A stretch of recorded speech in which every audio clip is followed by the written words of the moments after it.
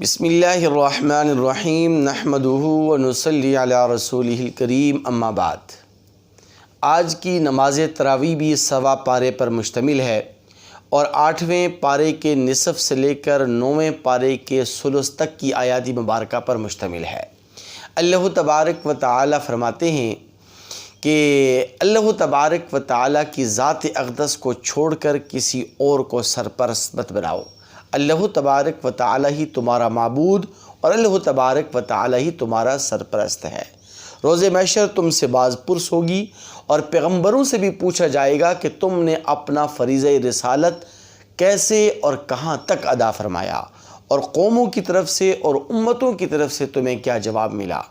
اللہ تبارک و تعالی اولاد آدم کو یہ بات ارشاد فرماتے ہیں کہ اے اولاد آدم، میں نے تمہیں کیسی کیسی نعمتیں، عظمتیں، بلندیاں بخشی ہیں اور تمہیں مسجود الملائکہ بنایا ہے۔ تمہارے باپ آدم علیہ السلام کے سامنے فرشتوں نے سجدہ کیا اور اللہ تبارک و تعالی نے تمہیں تمام مخلوقات میں اشرف المخلوقات بنایا ہے۔ اس لیے بے حیائی اور برے کاموں کے قریب مت جاؤ اور یاد رکھو، نافرمانوں، فاسقوں اور فاجروں اور مشرکوں اور کافروں کا داخلہ جنت میں اسی طرح ناممکن ہے جس طرح کہ سوئی کے ناکے میں سے اونٹ کا گزرنا۔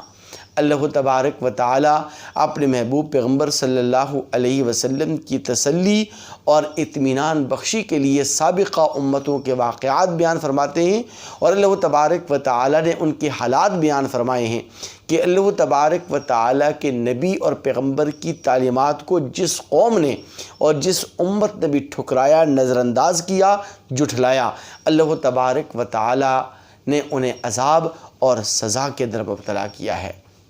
اللہ تبارک و تعالی اپنے محبوب پیغمبر صلی اللہ علیہ وسلم سے ارشاد فرماتے ہیں کہ اے میرے محبوب پیغمبر صلی اللہ علیہ وسلم، آپ فریضہ رسالت ادا فرمائیے، آپ فرائض رسالت کو جانفشانی اور جفاکشی کے ساتھ ادا فرمائیے۔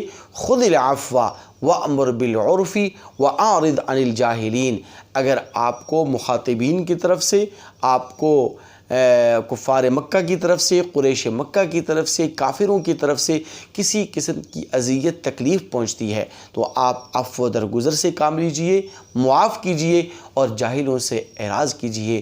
ان سے کسی قسم کے بحث اور مباحثے میں پڑنے کی ضرورت نہیں، بس آپ اپنے رب کی صبح و شام تسبیح اور تحمید بیان کیجئے۔